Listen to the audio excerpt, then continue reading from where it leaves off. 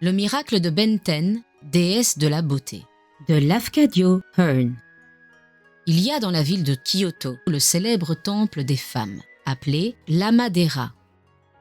Sadazumi Ishino, le 5e fils de l'empereur Siwa, y passa la plus grande partie de sa vie comme prêtre, et les tombes de beaucoup de personnes célèbres se dressent dans le parc qui entoure le temple. Mais la construction actuelle n'est pas celle de l'ancien Amadera. Le temple primitif tomba dans un tel état de ruine 1000 années après sa fondation qu'on dut le rebâtir entièrement. Et cela se passait la 14e année de l'ère Genroku, 1701. Un grand festival célébra la restauration du temple des femmes et, parmi les milliers de personnes présentes à cette fête, il y avait un jeune poète, un étudiant, appelé Hanagaki Baishu. Il se promena dans les jardins nouvellement dessinés, enchanté par tout ce qu'il voyait. Or, il parvint ainsi à une source où, naguère, il avait eu l'habitude de venir se désaltérer. Il fut surpris de voir que, tout autour de la source, la terre avait été creusée de façon à former un étang carré. À l'un des coins de cet étang, on avait planté un écriteau de bois portant cette inscription « Tanjō Sui », eau de naissance ou de réincarnation. Et il vit aussi qu'on avait érigé près de l'étang un temple, tout petit mais très beau, consacré à Benten, déesse de la beauté. Tandis qu'il considérait ce temple, une soudaine bouffée de vent fit voler à ses pieds un tansaku, un de ces longs rubans de papier de couleur sur lesquels sont inscrits en sens vertical des poèmes. Et sur ce tansaku étaient tracés des vers d'amour d'un poème bien connu, que le jeune homme savait même par cœur. L'étudiant remarqua tout de suite que le poème avait été écrit sur le tansaku par une main de femme et en caractères si fins que ses yeux en étaient tout émerveillés. Quelque chose dans la forme de ces caractères, une grâce indéfinie, laissait deviner que celle qui les avait tracés devait être à cette période de la jeunesse où sous l'enfant perce déjà la femme. Et la couleur riche et pure de l'encre choisie témoignait d'un cœur également pur et bon. Hanagaki Baishu plia avec soin le tansaku et l'emporta chez lui. Là, il l'examina à nouveau. L'écriture lui en parut encore plus belle. Sa science de la calligraphie lui révéla que le poème avait sans doute été écrit par une toute jeune fille, mais très intelligente et probablement très douce. Cette assurance suffit pour évoquer en son esprit l'image d'une fort charmante personne. Et il fut bientôt éperdument amoureux de cet inconnu. Sa première résolution fut donc de rechercher celle qui avait écrit ces vers et d'en faire sa femme. Mais comment la trouver? Où était-elle? Où vivait-elle? Certes, il ne pouvait espérer la rencontrer que grâce à la faveur des dieux. Mais il se dit que les dieux seraient peut-être très heureux de lui venir en aide. Le vent avait porté ce tansaku jusqu'à lui alors qu'il se trouvait près du temple de Benten-sama. Or, c'est précisément à cette divinité que les amoureux adressent leurs prières d'heureuse union. Il se rendit donc au temple de Benten de l'eau de la naissance, sur les terres de l'Amadera, où il formula sa requête avec toute l'ardeur de son amour. « Ô déesse, aie pitié de moi, aide-moi à trouver où habite la jeune fille qui a écrit le tansaku. Accorde-moi une seule occasion de la rencontrer, ne fût-ce que pour un moment. » Ayant récité cette prière, il se mit en devoir d'accomplir un service religieux qui devait durer 7 jours, Nanuka Mairi, en l'honneur de la déesse. Il pria dans un certain temple tous les jours pendant 7 jours de suite et forma le vœu de passer la 7e nuit entière en adoration devant le petit autel de l'étang carré.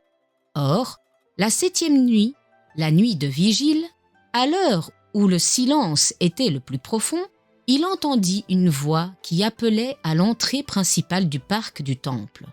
Quelqu'un demandait la permission d'entrer. Une autre voix répondit à l'intérieur du temple.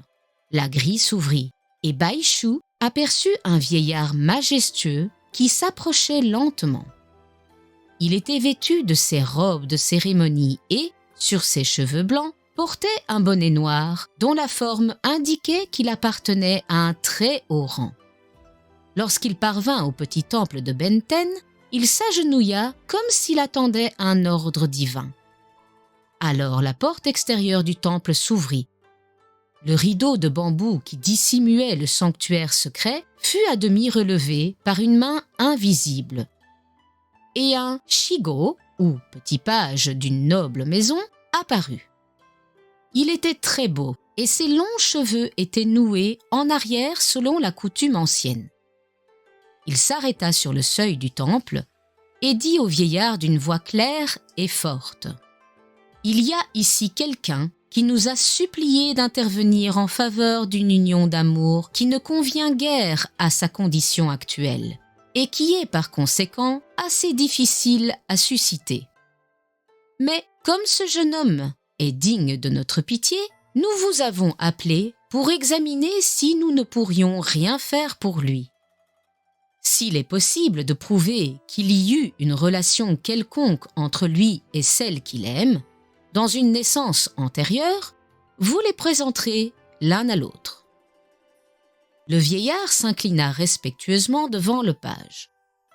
Puis, se levant, il tira de la poche de sa longue manche gauche une corde cramoisie. Il passa un bout de cette corde autour des épaules de Baïchou, comme s'il voulait le ligoter. Il jeta l'autre extrémité dans la flamme d'une des lampes qui éclairait le temple. Et, tandis que la corde brûlait, il agita 3 fois sa main comme s'il appelait quelqu'un hors des ténèbres. Immédiatement, dans la direction de l'Amadera, on entendit un bruit de pas légers. Un moment plus tard, une jeune fille apparut, une jeune fille charmante, âgée de 15 ou 16 ans. Elle s'approcha avec grâce, mais très timidement, tout en cachant le bas de son visage derrière son éventail. Puis elle s'agenouilla auprès de Baïchou. Alors, le page dit à l'étudiant : « Depuis quelque temps, vous avez souffert de cruelles peines de cœur. Votre amour insensé a même altéré votre santé. Nous n'avons pas voulu que cet état malheureux se prolongeât davantage.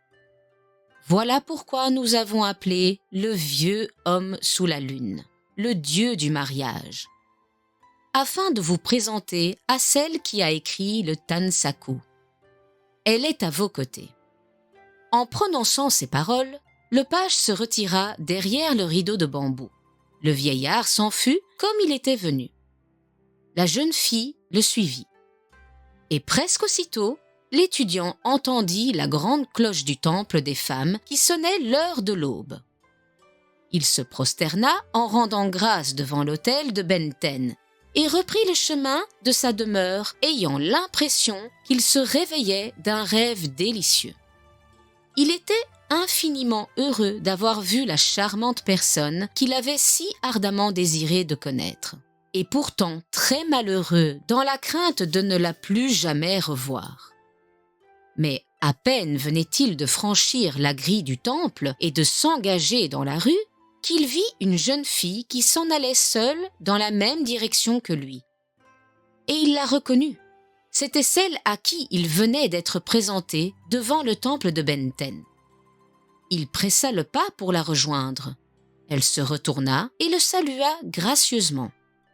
Alors, pour la première fois, il osa lui parler, et elle lui répondit d'une voix dont la douceur le remplit de joie. Ils marchèrent côte à côte en bavardant gaiement à travers les rues encore silencieuses. Ils arrivèrent ainsi devant la maison où vivait l'étudiant. Là, il s'arrêta et confia à la jeune fille ses espérances et ses craintes. Mais, souriante, elle lui demanda : « Ne savez-vous pas que j'ai été envoyée ici afin de devenir votre femme ?» Et elle entra dans sa demeure à ses côtés. Lorsqu'elle fut sa femme, elle l'enchanta au-dessus de toutes ses espérances par tout le charme de son cœur et de son esprit. Il trouva aussi en elle une femme beaucoup plus accomplie qu'il ne la croyait. Non seulement elle savait écrire merveilleusement, mais elle savait peindre de très beaux tableaux. Elle connaissait l'art d'arranger les fleurs, l'art de la broderie, l'art de la musique.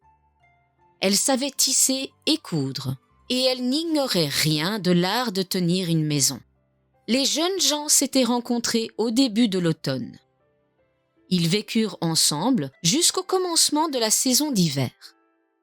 Rien, pendant tout ce temps, ne vint troubler la paix de leur bonheur. L'amour de Baïchou pour sa douce petite épouse ne faisait que croître à mesure que passait le temps. Pourtant, il demeurait étrangement ignorant de son histoire. Il ne savait rien de sa famille. Elle ne lui en avait jamais parlé, et il se disait que, puisque c'étaient les dieux qui la lui avaient donnée, il ne serait pas très courtois de l'interroger. Mais ni le dieu du mariage, ni qui que ce soit ne vint la réclamer comme il le craignait. Personne ne lui posa jamais de questions au sujet de sa femme, et les voisins, pour quelque raison inexplicable, agissaient comme s'ils ne soupçonnaient même pas sa présence. Baïchou s'étonnait de tout cela. Mais d'autres surprises encore plus étranges l'attendaient. Un matin d'hiver, il passait dans un quartier de la ville un peu éloigné, lorsqu'il entendit quelqu'un l'appeler très haut par son nom. Il se retourna et il vit un domestique qui lui faisait des signes du seuil d'une maison. Comme il ne reconnaissait pas ce serviteur et qu'il n'avait aucun ami dans ce quartier de Kyoto, il fut un peu surpris d'être ailé de cette sorte. Mais le domestique vint à lui et, le saluant avec la plus grande déférence, il lui dit « Mon maître désire vivement avoir l'honneur de s'entretenir quelques instants avec vous. Daignez entrer. » Après une courte hésitation, Baïchou se laissa conduire jusqu'à la maison. Là, un homme fort digne et richement vêtu, qui paraissait être le maître du logis, vint au-devant de lui et l'emmena cérémonieusement dans la salle de réception. Lorsqu'ils eurent échangé les politesses d'usage dans une première rencontre, l'inconnu s'excusa envers l'étudiant de tout le sans-gêne de l'invitation qu'il lui avait fait faire par son domestique. « Vous avez sans doute trouvé très impertinent de notre part de vous appeler ainsi, dit-il.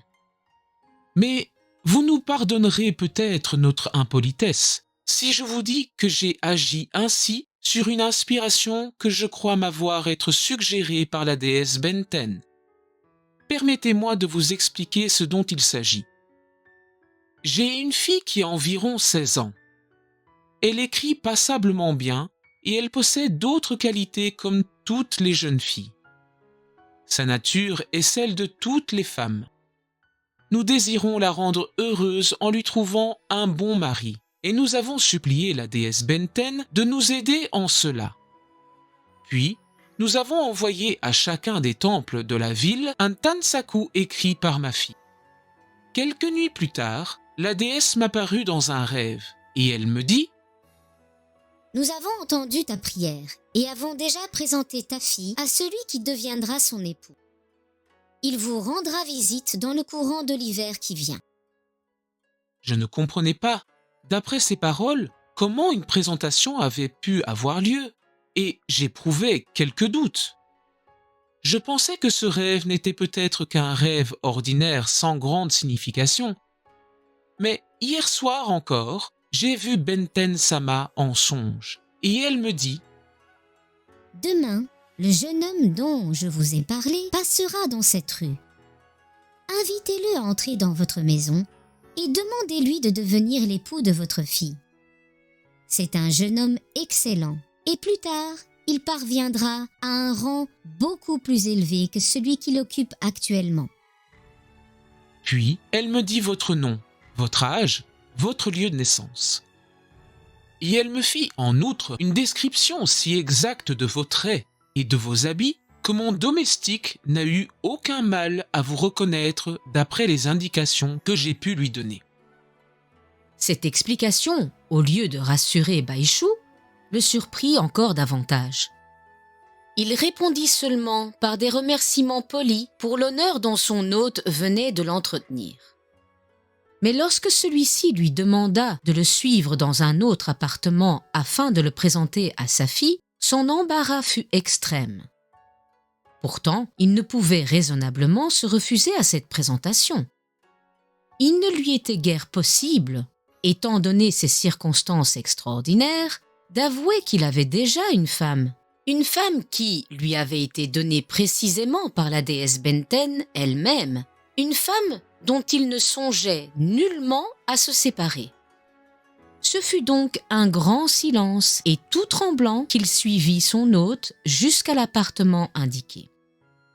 Et lorsqu'on lui présenta la fille de son hôte, quelle ne fut pas sa surprise de découvrir qu'elle était bien la même personne que celle qu'il avait déjà épousée. La même, et pourtant pas la même. Celle qui lui avait été présentée par le dieu du mariage n'était que l'âme de sa bien-aimée. Mais celle dont il allait maintenant devenir l'époux dans la maison de son père, représentant le corps réel de la même jeune fille. Et la déesse Benten avait accompli ce miracle par amitié pour ses fidèles. Ici, l'histoire originale s'interrompt tout à coup, en omettant d'expliquer plusieurs détails importants. La fin est quelque peu décevante. On aimerait connaître les expériences mentales de la jeune fille pendant la vie mariée de son fantôme. On aimerait aussi savoir ce qu'il advint du fantôme, s'il continua à mener une vie indépendante, s'il attendit patiemment le retour de l'étudiant ou s'il se confondit avec la vraie mariée. Mais le livre ne nous dit rien de tout cela. Pourtant, un ami japonais m'expliqua ainsi le miracle. La mariée fantôme n'était formée, en vérité, que du tansaku. Il est donc très possible que la vraie jeune fille ignorait la rencontre au temple de Benten. Lorsqu'elle traça les beaux caractères sur le tansaku, quelque chose de son âme passa dans les lettres qu'elle écrivit. Donc il fut possible d'évoquer son double hors de son écriture.